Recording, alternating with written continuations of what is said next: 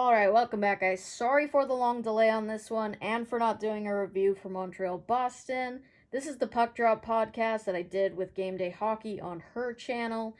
We were meeting up yesterday. We were trying to figure out if we could do some type of weekend review together. We decided that doesn't really work that well, so that's why there's no review for Montreal Boston.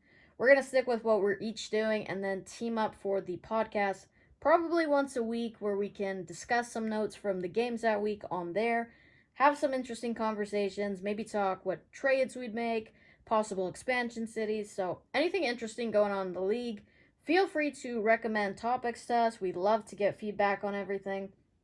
I know we have plans to do a video taking a good look at some of the rules for the physicality. There was a call I did not like in this game specifically, so let's talk about it. So Schroeder starting in net for New York. Mashmeyer in net for Ottawa, I believe, is the only goalie to play in every game for her team this year. This is Game 7 for them. This weekend was Game 9 for the other teams except Boston, who is also playing catch-up.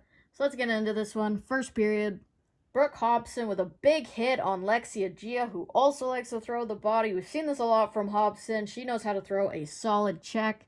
And then a little bit of a scary moment here as Woods is going to get hit in the head. I do think this was a little bit on her as she was looking straight down as she made contact here with Shiga, who's just sort of bracing for the contact. I think Shiga's entitled to protect herself there. We've seen that from her. She's not afraid to throw the body, but Emma Woods would be okay. Then Ottawa with a really quick up here to Emily Clark on the breakaway. She tries to make a move, but Schroeder does not bite on that. She gets the pad save. And then it's going to come back to Emily Clark, who gets it to the point. And it's Tedalova, the Czech defender, with the cannon. I don't think I've seen this from her this season, so it's really great to see her just unload on that shot. That's her first goal in the PWHL, and it's a beauty. Clark and Boulier with the assists. And we've seen this from Ottawa, just great net front presence. This time it's Gabby Hughes, who's got a nice screen to block Schroeder. So great start by Ottawa. As always, they've done that all season. And then I just want to highlight this play by the captain. Solid back check by your center. Gets us to the D, and it's just a smooth exit out of your own zone. Bourbonnais is going to get called for this play behind the net. It's going to get called for boarding. I really thought this was more of a holding call. Doesn't really qualify as boarding. We'll talk about that a little bit more later. And then Ottawa goes to the power play, and I've said this a lot this season, just terrific puck movement, the puck retrieval. They win every battle to the puck. They get shots from the point. They get traffic in front.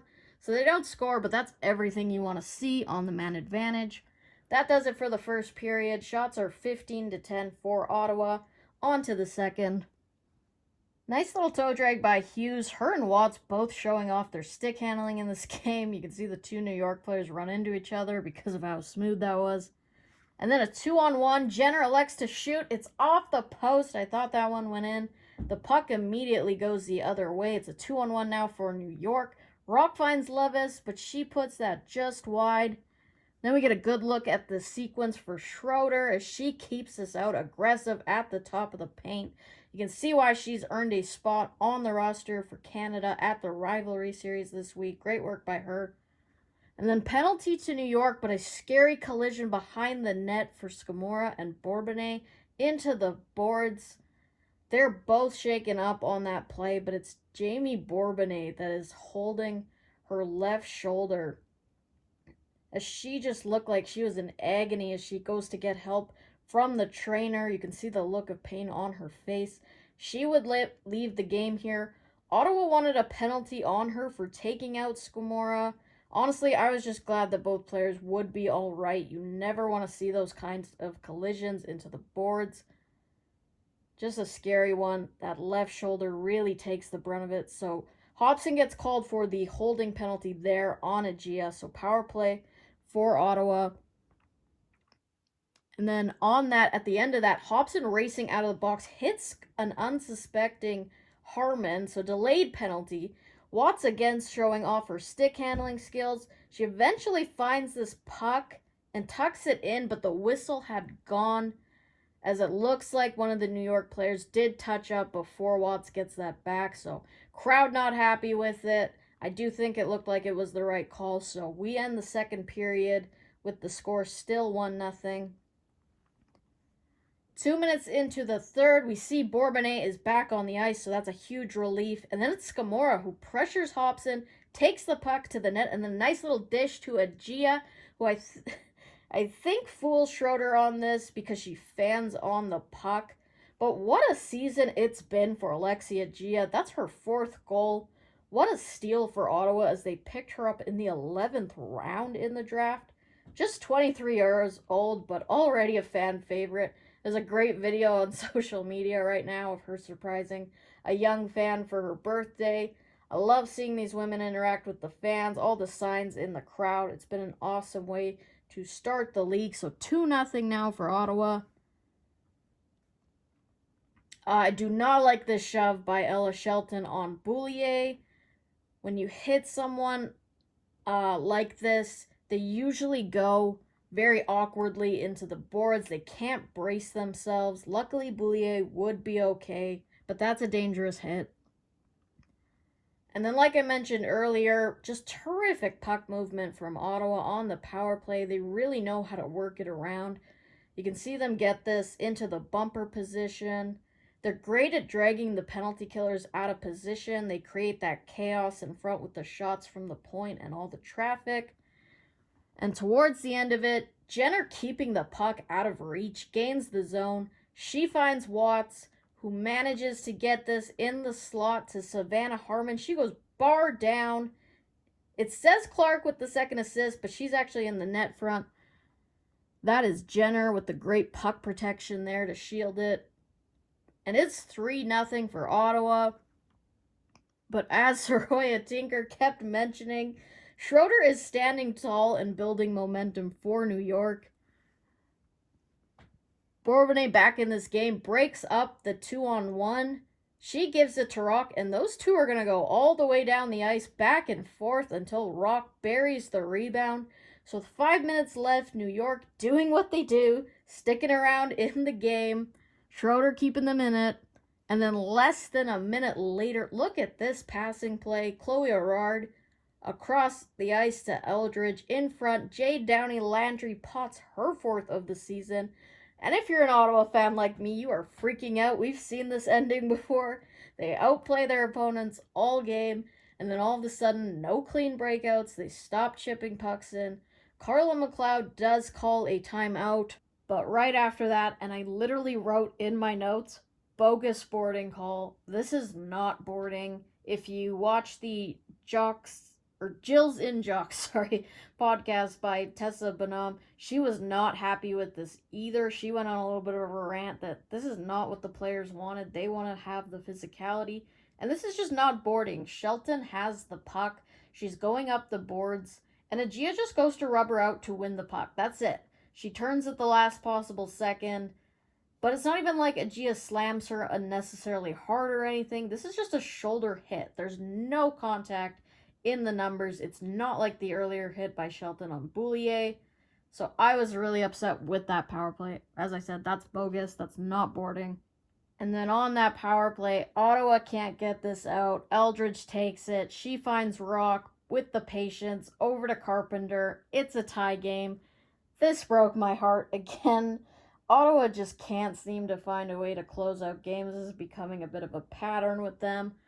But all credit to Abby Rock. I mean, the patience right here to not shoot it, stick handle, pull it back, pull Mashmeyer out of the net, and then just give Carpenter the easy look. That's a brilliant play by Abby Rock and Carpenter, who get them and take this as we're going to go to overtime yet again. It's crazy how many games have went to extra time. And then the dagger. Alex Carpenter with that wicked release just beats Mashmeyer. Soroya Tinker talked about how with her, you can't let her get this shot. You've got to step up. She's got one of the best shots in the league. Nice bank play by Shelton to get it up to her. But yeah, you can see Bella's playing this almost like a 2-on-1 when the only player she needs to focus on is Carpenter. She backs up, gives her way too much space. I'm sure she'll watch that one back, learn from it, but you can't do that with Alex Carpenter. She is, of course, the player of the game with 2 big goals in clutch time. So her in New York with another incredible comeback, breaking my heart. Another devastating loss for Ottawa. They have to find a way to close out these games. The frustrating part for me is that such a big part of how they play is how clean and smooth their exits are out of the zone, how much they chip pucks in and go on the forecheck, and it's like for the last few minutes of games, they just forget how to do those things that make them successful. I really hope they figure it out. But that is going to do it for PWHL action until the 14th of February. I apologize again for not reviewing the Montreal-Boston game. I haven't even finished that one yet. But I got busy, and then of course tomorrow, the rivalry series is in Saskatoon, so I will be at that game where I fully expect Alex Carpenter to break my heart there as well. I mentioned on the podcast, she's been the MVP in that series. I put together a few of her goals here through the first 4 games. She's been an absolute stud there. This tip goal is genuinely one of the most insane goals I've ever seen on a deflection. The skill, backhand with one hand, has to reach the strength to direct this into the net. Like, it took me a good 2 minutes to pick up my jaw off the floor when I saw that. Cheryl Pounder broke it down on TSN, so that was incredible. So I'll be taking some videos while I'm there. I don't know if I'll do a review for that game, but I will definitely try to do them for games 6 and 7 of the rivalry series, which are on Friday and Sunday. I think I'll at least put up the highlights because the current ones on YouTube by Team Canada and USA are really short and they don't show all the replays and everything, so I think I'll do that. Highlights for the Montreal-Boston game will be on my Instagram as always. I really struggled with this review. I don't know why. Maybe it was the break, but it took me a long time to put this one together. So I hope you enjoyed. Have a great week, guys. P-Dub. Peace out.